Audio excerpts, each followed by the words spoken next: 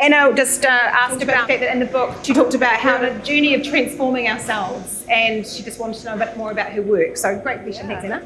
Yeah, so I do sort of personalised transformation work with clients based on whatever's going on with them, and it's a bit of a journey, but so far it's the sweet spot is like the 12-week program where people really experience this amazing shift and change, and it's enough time for people to become new.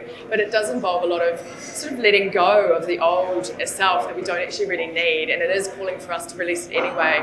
And just working throughout things like that we just have running our programming, our limited beliefs, all that kind of stuff. And we just, sometimes we can't even see our own blind spots, but I work with clients to sort of gently point those out a little bit more and understand how to unpick them so that then you can free up your energy to bring in and align with a new version of yourself, because that's the whole point, right? We want to change, we want to expand and grow into something else. So that's the short version of it, really. And that's come as a result of the work that you've done on yourself, so the journey you've been through. For me. Yeah, right, yeah. Well, that makes sense, I know right? It works for everybody else. I'm the guinea pig. I try it out on me first, and then it goes to everybody else. Yeah, and you're like, don't do these, but do these. Yes.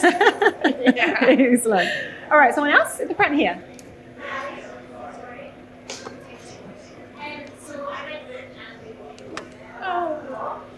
Yeah. So she laughed a lot. She's read the book. So for people that haven't read it, who does it want to hear a little more funny story? Oh, fantastic. What was your name? Natalie wants to know one of her funny stories from the book. There's so many. There's so many. Okay. Which are the ones that are not rated? No. I know. I'll try and give a short version. So when I was doing the Camino, the legend has it that everyone who does the Camino poke your neighbour, has a pilgrim love affair. So I was sort of searching for this pilgrim stallion the whole time on this Camino, and you know, the whole Camino was over, and then the pilgrim stallion never appeared, and I was like, what the hell? Anyway, when I got back to Santiago the second time, then one of the other pilgrims and I, who ended up having my hot and sweaty pilgrim stallion. And anyway, he was talking about the fact that he was in the SAS, and here I am thinking, oh my God, like, I was thinking, I'm his 99, we're secret agents, like, we're going to be going around the world, like, you know, fighting crime, all this kind of stuff.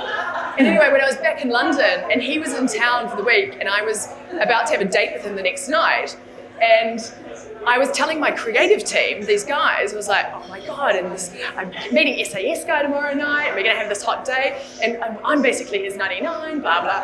And he sort of they looked at me and went, do you know what the SAS does? And I was like, yeah, it's like Maxwell Smart, you know, it's like the secret agent. And they literally then turned on these YouTube videos of night vision, territorial style SAS guys, just absolutely, I mean, it was so war torn, and they were like, you know, SAS kill people, Joe, and I was like, oh my God, I checked a murderer. And anyway, funnily enough, then I was like, oh my God, what are we going to do about this date? And then I literally got food poisoning that night, no joke. It wasn't even anything planned, but I never got to the date anyway. So they just laughed at me. You clearly were not meant to go on that date. Clearly not, no. So it's sex, drugs, rock and roll, spirituality, and maybe a murder. Oh, classic. All right, any more questions? Oh, we got one over here. Oh, look at that. Look at you. Go you. What's your question, honey? So my question is, you said it took 7 years to write. Was it? So was that the process of writing or discovering how to write? Or can you tell me about the writing process? Yeah. So this is AJ, and AJ would like to know about the writing process and how long it took her, and just the process. So when I started writing it, I wasn't sort of intending to write a book. Originally, I was sort of intending to write a blog, and then I couldn't shorten the stories, so I was like, well, the blog's out. So then I ended up sort of thinking, okay, maybe I'm making this into this book. And so, but the writing process, I mean, as I said before, it's had its own energy, this whole book. I couldn't control it if I tried. I mean, it's been a nightmare because I was very used to a normal job where you planned and you went into production and it went this way and you were on and you had a schedule, and it was the complete opposite of all of that. And I really had to release that side of me that wanted to control it and manage it and just allow it to go. And so I was writing on and off because I was traveling and getting more stories for the book. And then I was writing bits and pieces like for ages, and then, things happened in life where I couldn't write for a year. My dad passed away and stuff, so it was very up and down, and I wasn't writing it the whole time for that 7 years. But which probably added to the value of it, because the stories became richer and you grew along the way. I imagine too, right? I mean, it is a journey of consciousness. It's a personal journey of evolution. And it was really hard editing it as well, because I was going back to this more terrible version of myself, and that was really hard to leave it as the terrible version of myself and not censor it or try and sugarcoat it or sort of massage it for people a little bit more. So that was tough, but it was it's been it was my first book, so I learned a huge amount from it, and I could probably do it quicker and easier next time, I think. But also I think when you're writing about something that personal and all those really deep, dark secrets and stuff, it's challenging. It's not easy. And also especially being in an audience like this with people who are your friends, who some of them may not have known that you were this mystical misfit, this spiritual goddess, this transformational guru. For a reason. Yeah, exactly. That's right. So, and you've had to go through all of the highs, the lows and the highs to get to where you are. Totally. And I just want to acknowledge that the bravery of Joanna writing this book for us. I remember her saying to me at one stage, she's like, "Oh my God, what am I? Am I doing the right thing? Literally, I'm putting my heart and soul out on the line." And how does it feel now? I mean, honestly, the feedback has been amazing. Everyone, and just the fact that people actually get significant change out of the book. Really? Like, oh my God, Joe, I started experiencing this healing, or there's more synchronicity and flow, or my life just started. I had these aha moments, and then things started to feel different. I feel different out of reading it, and I was like, I intended for that to happen, but when it actually comes back to you saying that, it was like, oh, it's amazing. It's an incredible feeling. Yeah, and I've never felt so deeply fulfilled, So wonderful. That's kind of what I was searching for the whole time. Amazing, isn't it? Yeah, woo! That's beautiful. I love it. Any more questions from the floor? Oh yes, we've got one over here. Hello. So proud of you. Thanks. Aww. Talking about your work with clients. Yeah. Just an example about that. Do you have sort of a success story just to relate more about what your work what it's like with clients? Yeah. Fantastic. So, and what's your name, sorry? Cleo, thank you. So Cleo would like to know some client success stories. I've had some clients who really just have, they all say that they feel visceral, significant change. I don't want to obviously reveal personal details because it's confidential, but, clients do go from one version of themselves to another, and they also just feel like they're, I hear quotes like, oh, I feel like a new woman, or I feel like, I'm so much more connected to myself, or they do feel visceral change, and it's not just fluffy change that goes away after a while. It sticks around, and it's embedded within them in a new way of being. So it feels like it's really, really effective, the work that I'm doing. And I have been, helping tons of people. So there are some reviews and testimonials in the book over there on the table, if you're interested in that kind of thing, that go into a bit more detail that people have written. But I've had the pleasure of being around you after she's been working with a client, and I just love to see the way that you're fizzing and buzzing. It shows that you've found your purpose. You've found the path that you're here for, and that's to be congratulated, because not everyone finds what they're looking for in their lifetime. So yay! That's cool. Because I know that there's other people who are like me, you know. So. And I didn't really know what to do. I took the long road to figure it out, so that then I could do it for other people and shortcut that shit. Well, thank goodness you did. Yeah. Anyone else? Any questions? Oh, yeah, we got one here. Yes. Okay, well, it sounds like a really wonderful marriage between the modern person and the spiritual self, which I think a lot of people find hard to reach. I feel like a kid is starting to be. Yeah. Did you find that really please raise a cat to experience through like 6 months of hardship, or is there moments where you can actually move forward without having to go rock bottom? Oh, that's a good question. She basically just wants to know, did you get to rock bottom? This is a good one. Thank you. What was your name again? Stephanie. Thanks, Stephanie. Yeah, it's interesting because I don't think you do have to. I mean, some people go way more rock bottom than I did. I mean, mine's kind of probably the pansy version of rock bottom, really. Well, yours is the fun version. Well, In some ways. But it's, I don't know, it's one of those things where when you get out of your own way, you open yourself up to that coming in at any time. You really, we often just have, because of our fixated way of thinking about ourselves and what's going on with us, that's often a huge part of the barrier. You know, when you start to sort of ease your grip on that kind of stuff, it really allows a lot more to flow in, and you get these big epiphanies or the aha moments that you're talking about, and it doesn't have to be in a deep, dark place at all. It comes, you know, and I really love this idea of blending those things into your daily life. Like, it shouldn't be this separate kind of thing. We're all these beings who can be really connected to themselves. It doesn't have to be the separate part that you then sort of trade out when you go to work. You should be that blend of it all day, every day, you know? And so I've been working to do that, and I do that now more than ever, because I just thought this whole double life thing is such hard work. So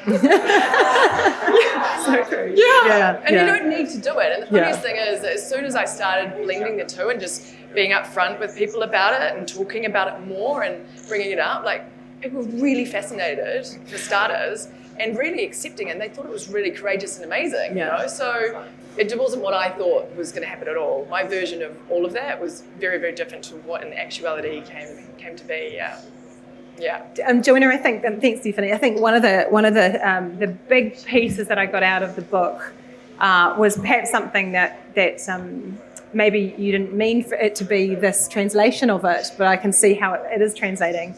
And that was really part of your instruction to others, is to quit making your bullshit bigger than your dreams. You know? Kind of, yeah. So just quit that stuff. Leave your bullshit at the door. Time to fulfill your dreams, right? Is that what you intended? Yeah, no, for sure. I mean, honestly, the ways that I was getting in my own way was literally ridiculous. But you just can't see outside of yourself sometimes. So that's why it's helpful to work with someone to help just shift and align you with little tweaks and changes, actually. It makes a huge difference. It doesn't have to be this, I don't know, like sometimes people think change is so daunting or they don't know how to do it, but it's actually just tiny little tweaks and shifts in the way that you already are. It's like refining more than anything, and it's actually easier than people think. So, and of course, to start with the book is the way to go, right? Yeah. So any more questions? We'll do one more question from the floor. Two more questions. We'll go there first. Okay, go ahead.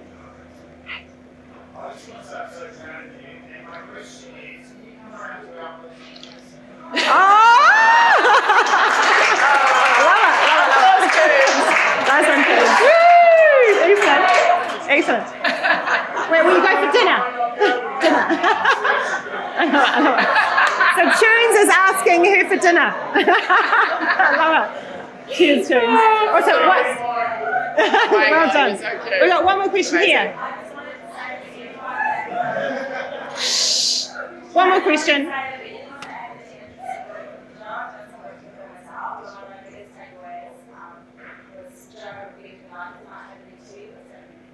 Life is not happening to you, it's happening for you. Beautiful.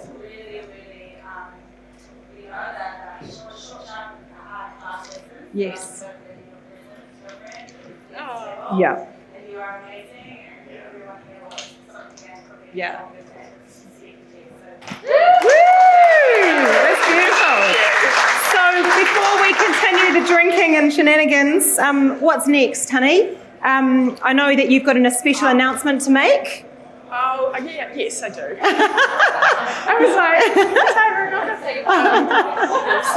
I'm actually just launching a beautiful retreat, Great Barrier Island, March. It's going to be over the March equinox. It's going to be 3 days, 4 nights, and it's going to be really amazing. There's some details in that book over there. We've only got 11 spots. So if you're interested in that, definitely check it out, because that's going to be next year. There's some amazing places on the barrier that I've been introduced to. Yeah. Incredible energies, all sorts of transforming stuff. So that is happening. And I'm also doing a 1-day workshop. If you want to get a little flavour for me and what I'm doing, and it's all about getting back to this relationship with the self and the real you. So that's going to be on the 5th of December during the day. For about 3 or 4 hours. So if you're interested in that, then sign up over there. Excellent. So let the transformation begin. Yeah. So anyone else to thank? There must be people to thank. Yes. Yes? Tons of people to thank. Hold on. Okay. Oh, right. Oh, she's undressing herself already. No. She hasn't even had a drink yet. Is that all right? Am I still mic'd? Yeah. Oh, yes. Okay. Yeah. So I just want to quickly, because I'm dying for a drink myself, don't worry. Yeah. I would really, really just love to thank some people, because not only have many people helped me with this book, and I'm not going to list them all here because they're listed in the book, but thank you again. And also, huge thank you to all the sponsors. I mean, Scapegrace, Heineken, thewinelist.co.nz, also beautiful Antipodes, that's been keeping me going until now. and thanks to everybody for hooking me up with that. And also thanks to the team at Aruga PR. They helped me put this event together. Lou and Susie and Helen. That's been really, really amazing, and I definitely couldn't have done it on my own. Huge thanks to Annie for helping me with the flowers that I insisted on doing myself because I wanted to get creative. Aren't they amazing? Aren't the flowers beautiful? And Annie is spectacular at that, so that's amazing. Thanks to Megan for the vases and the feathers, and Lydia for the beautiful, amazing tunes. Woo, Lydia! Yeah. Awesome. Thank you to Cleo and Natalie and Jodie and Lisa for everything today. Nice. And for Laura for creating the beautiful cocktail recipes for the Scapegrace. Yay, Lara. Also got to give a shout out to Lucas, who has been my designer. He designed the cover, he designed my banners, and so he's been, and my website, shout out to Loki in the back there. And of course, my lovely co-host, Catherine. Catherine read the book and absolutely adored it, and I just couldn't have asked for a better MC and cheerleader for me in this whole event. So thank you so much. And of course, I just want to give an advance thank you to the Fits, because they've made some amazing cocktails that we're going to have after this, and Duncan Fung and Dean Webb and Ben Parks, who are all going to be DJing and playing there, so everyone come along. It's going to be really fun. Thanks to Eth for my hair and makeup, and I just want to also thank all of you guys for coming. Thank you so much for being here and supporting me. And thanks to everyone who's already read the Inside Hustle and reviewed me. It's really been so important. So thank you. And I'm really looking forward to enjoying a cocktail with you now. So, yes, amazing. So the books are over there. She will be doing a signing. Could you do us a favour? We don't want to take the books home. Could you just go and buy one? She's got a special on, 2 for 1. Put us out of our misery. We don't have to take 3 for 2. Look at that. It gets better. Look at that. She's not even drink yet. She'll be signing in. A Christmas present. All right. And thank you, everybody. Big round of applause again for Joanna. Woo!